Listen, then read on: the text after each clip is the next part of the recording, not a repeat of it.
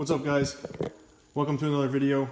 Just making a quick little one cut here on what to look for when purchasing a 1JZ VVTi. I've been researching these for a very long time, years. I've always wanted to do the swap, and here I am. I finally have one, and I'm just going to let you guys, or give you guys my opinion on what you should look for when you're purchasing one of these.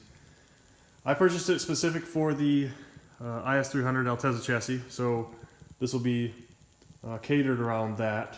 But if you're looking to put it in another chassis, say S13, S14, BMW, whatever you're planning on putting one in, this will also apply.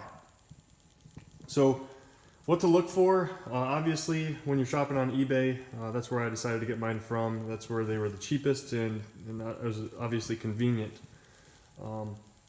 The overall condition of the engine is usually portrayed in the photos very well. So this one here I purchased for, it was $1,800 plus $75 for a liftgate fee to get dropped here at my house. And the seller put really good photos up. I was really impressed with the overall condition of the engine, so I went ahead and bought it. Right now the prices range from anywhere from like $1,700 all the way up to like $2,800, $2,900.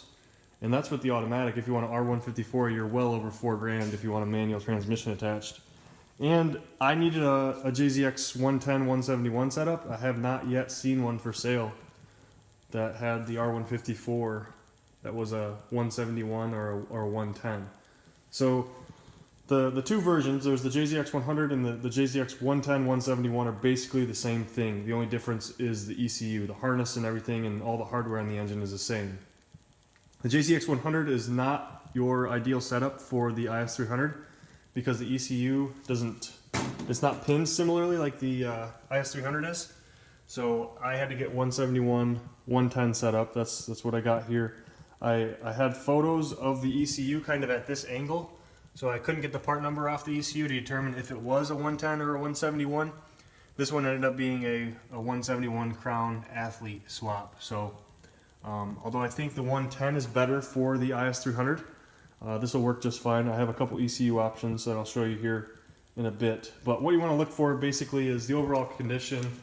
I've seen some of the ads on eBay listing these things with 60,000 kilometers, but then you'll see the timing belt sticker up here, and that tells you right there if the timing belt's been done on it, it's probably got well over that mileage anyway. The valve covers still have the factory black Toyota FIPG, which is an indicator the valve covers haven't been off. I can definitely tell that's the factory FIPG there. It's really clean engine. Still has the zinc coating on most of the hardware, and this is on the trans, which is underneath the car up in the tunnel. Typically this will be all rusted out if it's a higher mileage engine. So I was confident this is a good swap. You're going to want to note in the photos any damage that you might see. I've seen a lot of them for some reason on the electronic throttle actuator and throttle position sensor assembly.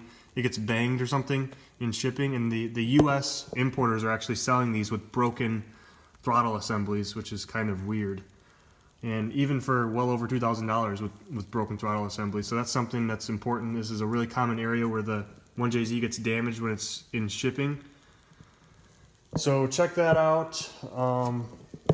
Obviously I was just overall impressed with the cleanliness of the harness and everything, so I knew that this would be a good clean swap. I'm really impressed with just the overall condition. I think it's going to be a great swap for me.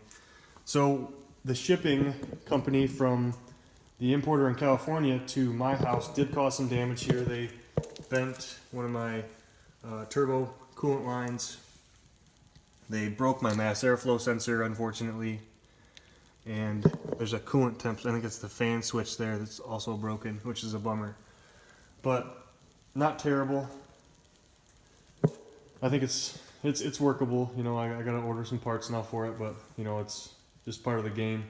Buying these things is always a gamble. It's a really expensive gamble too, because you really don't know what you're getting. It can look beautiful like this, but there could be something wrong with it internally. You never really know. So when you're buying one of these, there's three main things you're going to look for in the VVTi, whether it's a 110 or a 171. The only way you can tell the difference between the 110 and the 171 is the ECU part number. So If you have that, you'll be able to determine that. I didn't have it, but I knew that a 110 or a 171 will work for me because I have both ECUs. The main thing you want to look for is finding a non immobilizer ECU.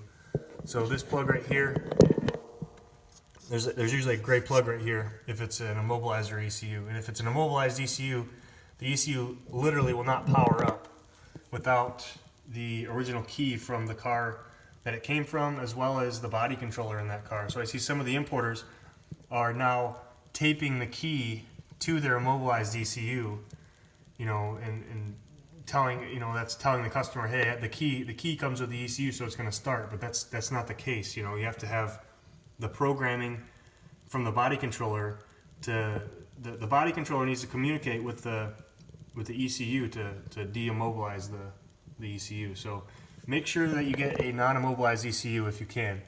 There are options if you don't have, or if you do get an immobilized ECU. You can send it to Yuri over in Russia, and he can perform his immobilizer defeat. It's about $200 or so. But if you can get away with finding one like I did without the immobilizer, it's going to save you money in the long run. And also some things to look for. Commonly, I've seen on these, they don't come with these two connectors here, which is these connectors are things you're going to want to get to wire it up to the engine bay in the IS or whatever. I believe you have to put power. I don't have my pinouts or anything here, but I believe you have to put power to a couple pins on both of these connectors for everything to power up correctly. So if you don't get these, lots of the importers don't include these. You'll have to either reuse the ones, like if you're doing an IS, you reuse the IS ones, or go to the junkyard and get one out of like a GS300 or an IS300 in the junkyard. It's also very common that the igniter doesn't come with the swap either. So mine did, which was really nice. That was a good selling point. And also, it's extremely common for the importers to cut the MAF wiring. When I bought this, there was only one other JZX 110, 171 that had the MAF connector intact, and it didn't even have the MAF. And that swap was like $2,800, so I kind of lucked out and saved like $1,000 in comparison to that swap to this one. That swap was a little bit cleaner than this one, I will admit, but for $1,000 difference, you know, I don't really think I went wrong. So those are some things to look at or look for when buying a 1JZ. Obviously, the good indicator to tell if it's a 171 or 110 is the ETCS or ETCSI. The JZX 100s are ETCS. So it's a different throttle body setup, basically. Different throttle body, different ECU, different engine harness. But if you do get a ETCS and you're putting it in like an IS300 or an ETCSI Lexus like the IS300, you can just get a throttle body and a harness in ECU if you can source the parts. I think sourcing parts for these is still pretty difficult, but they're gaining popularity, so I think the aftermarket's going to continue on these for years to come. So let's talk about some ECUs here. I can show you what an immobilized ECU looks like. I got two. Here's a JZX 171. There's the immobilizer plug right there.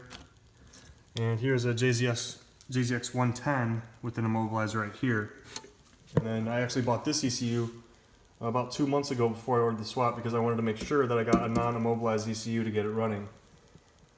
I don't know what ECU is the best for the IS300. The information online is all over the place. From what I'm reading, and I can't really take anybody's word for it because nobody can verify 100%, but the JZX 110 ECU apparently is the best setup for an IS300 in the way that this ECU will communicate with the gauge cluster, and your tact and everything will work in the gauge cluster correctly. But I'm going to try running it on the 171 ECU that's attached to my engine, or I also have this 171 non-immobilized. I'm going to run it off one of these non-immobilized ECUs first and just test it out, see if it works. If my gauges and everything don't work, then I'm going to send this one out, get the immobilizer defeated, and try this one. This one is also a manual transmission ECU. So this is a JZX 110, and it came out of a manual. So this is a pretty rare ECU. I just got to get the immobilizer defeated And there's another thing that I've been told is these automatic ECUs. This is an auto ECU. This is an auto ECU, and obviously my one over there is also an auto ECU. I've been told that there's issues converting to manual in a way that the automatic ECU will derate the engine like 30 or 40%, and it feels laggy. I mean, it still runs great, but it just feels laggy and it's down on power. So I want to test the difference between the manual ECU here and the auto ECU and see if that actually is a problem. There is a remedy out there for it that you can get from Yuri in Russia as well. He has a automatic transmission emulator that you wire into the 1JZ harness, and it just basically tells the ECU, hey, there's an automatic here, so that it doesn't go into that, you know, derate mode. So I'm going to verify that, and if that's the case, then I'll just run this manual ECU here, or maybe I'll run the auto ECU with the manual emulator. I'm not sure yet. That's still up in the air right now. Right now I just want to get it running and get it driving, and then I can play around with different ECU setups when the time comes, and I'll verify if that automatic trans emulator is for sure needed or not. So hopefully this video helps you out, guys. I think I've covered, you know, pretty much everything that I was looking for and what I think you should look for when purchasing these. Like I said, there's a lot of different ones on eBay, and they're all over the place on prices, all the way from, you know, $1,600 all the way up to $2,800. And you know, you got to look for the math. Make sure your math wiring is there. Make sure your igniter is there. You know, make sure all the little things like the extra harnesses that typically don't come with it, and these junction connectors here that will be really nice because I can disconnect the entire.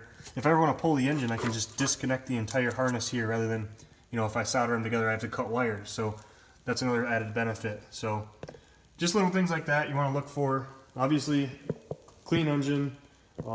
No damage, stuff like that. But I just want to go over this really quick for you guys. If you have any questions, definitely leave them in the comments. I'll answer them as fast as I can. I'm not an expert here, but I've done tons of research and I've had a bunch of JZ cars, so I feel like I can help people out. That's why I'm making this video. If this video does help you out, make sure you give me a like, and if you want to see this swap get put in the IS300, stay tuned, give me a subscribe, and yeah, lots of fun things coming with this. I'm really excited. So take it easy, guys. Have a good night, and I'll see you next video.